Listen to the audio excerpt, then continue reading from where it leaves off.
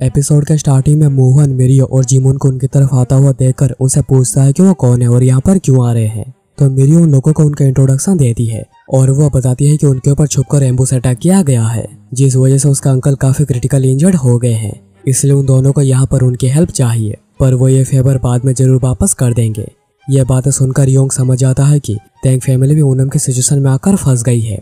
पर मेन बात तो ये है कि टैंग फैमिली के ऊपर हमला करके अगर उनका ये हाल किया गया है तो ये काम जिन लोगों ने किया वो कोई ऐसे वैसे लोग है नहीं, और अगर एम्बुशस उन दोनों का पीछा कर रहे होंगे तो वो सभी यहाँ पर बहुत पास आ गए होंगे। इसलिए योंग यकरन को कुछ लोगों को ले जाकर उस तरफ की जगह को अच्छे से चेक करने को कहता है। पर वहीं पर मोहन के मन में कई सारे सवाल थे। अगर वो टैंग फैमिली की हेल्प करेंगे तो टैंग फैमिली भी उनकी हेल्प करेगी और वो दोनों काफी अच्छे एलाई बन पाएंगे, और टैंग फैमिली को अपने एलाई के तौर पे पाना बहुत बड़ी बात है।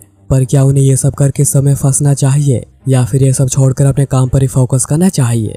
क्योंकि ये भी हो सकता है कि ये सब ओरिजिनल टैंग फैमिली से हो ही ना, ये वही थर्ड पार्टी हो जो कि यहाँ पर आई है उन्हें भटका कर ट्रैप में फंसाने के लिए।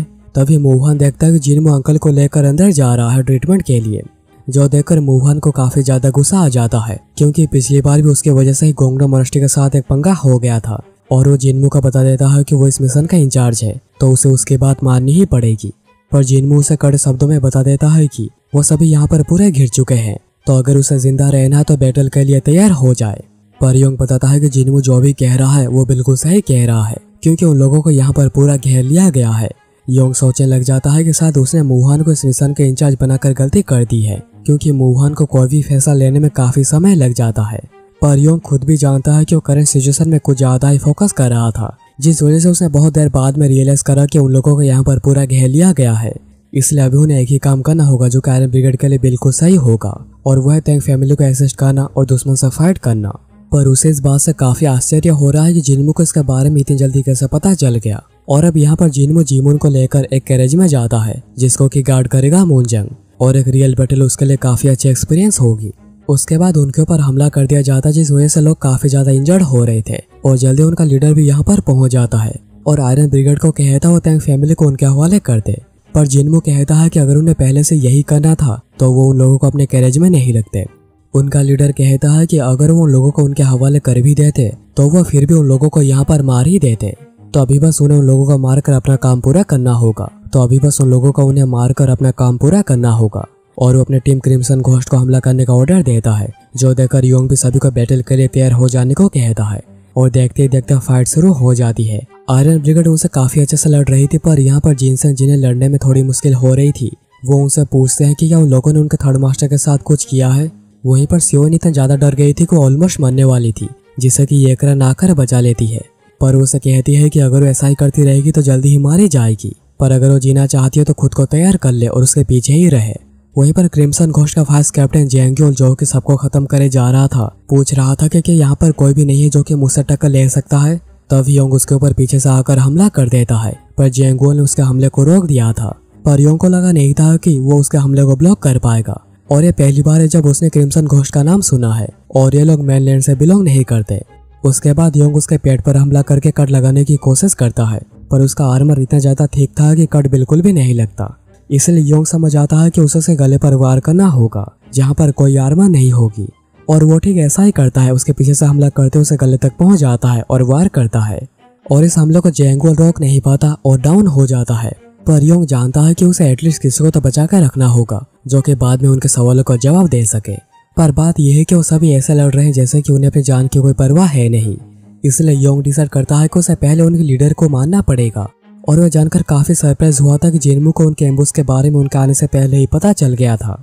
जिनमो उसे पूछता है कि व्हाइट ड्रैगन मर्चेंट ट्रूप का ऐसे गायब हो जाना और उन्हें में जो ये सब हो रहा है क्या ये सब उनका ही किया धरा है। उनका लीडर कहता है कि वो बस एक टूल है जिसे कि बस लोगों को मारने के लिए और कैप्चर करने के लिए यूज किया जा रहा है। यहाँ पर कोई और है जो कि उन सबसे काफी ऊपर है और ये सब करवा रहा है। जिनमो फिर हमला करते हुए पूछता है कि बताओ वो इंसान कौन है।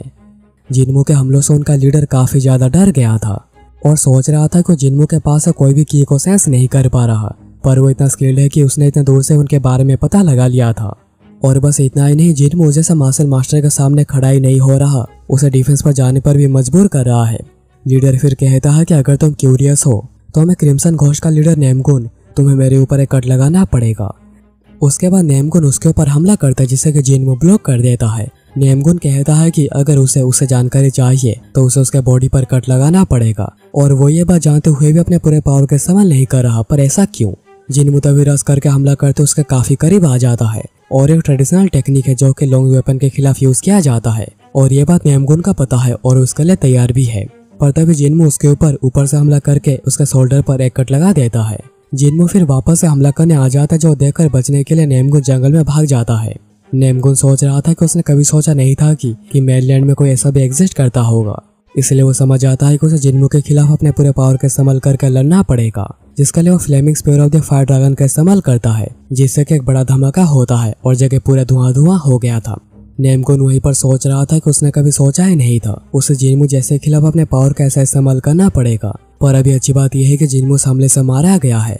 तभी नेमगुन देखता है कि जिन्मू तो उसके ऊपर है और वो ऊपर से उसके ऊपर बड़े तेजी से हमला करता है, जिसके फोर्सेस अभी पूरे हिल गए थे। योंग भी ये देखकर सोच रहा था कि आखिर जिन्मू असल में क्या है और वो यहाँ पर कहाँ से आया है। यहाँ पर नेमगुन अपने आर्मर को पूरा निकाल कर फेंक देता है। नेमगुन पूछता है कि आखिर तुम कौन हो और यहाँ पर कहाँ से आए हो। तो जिन्मू कहता है कि तुम्हें पास जाने के लिए मुझे डाउन करना पड़ेगा, तो बिना कोई हेजिटेशन के मेरे ऊपर आकर हमला करो। और फिर दोनों फिर से दूसरे के ऊपर हमला कर देते हैं। और जिन्मू के पावर को देखकर मिरियो पूरी सरप्राइज हो रही थी और वो अपने अंकल को थोड़ा रुएट करने को कहती है, क्योंकि उनकी मदद कोई खास आदमी कर रहा है। वहीं पर बाहर मूंजंग गार्ड देकर खड़ा हुआ था, पर अपने आसपास ये सब होता हुआ देखकर उसे धड़कन काफी ज्यादा बढ़ गई थी और वो प्रे कर रहा था जैसे कि उसके ऊपर कोई भी आकर हमला ना कर दे। मूंजंग सोच रहा था कि जिन्मू ने उसे कितनी ज्यादा ट्रेनिंग दी है, पर वो फिर भी अभी कुछ भी कर नहीं पा रहा। तभी एक आदमी की नजर मूंजंग के ऊपर पड़ती है और मूंजंग प्रे करे जा रहा था कि जैसे कि वो आदमी यहाँ पर बिल्कुल भी ना आए, पर वो आदमी उसकी तरफ ही आने लगता है और ये देखकर मूंजंग काफी ज्यादा डर गया था। पर मूंजंग फिर सोचता है कि वो एक बॉडीगार्ड है और उसका काम है लोगों की रक्षा करना, इसलिए वो अपनी पूरी हिम्मत जुटाकर हमला करता है और वो आदमी मारा भी जाता है, पर मूंजंग के हमले की वजह से नहीं, मिरियो के डेगर हमले की वजह से।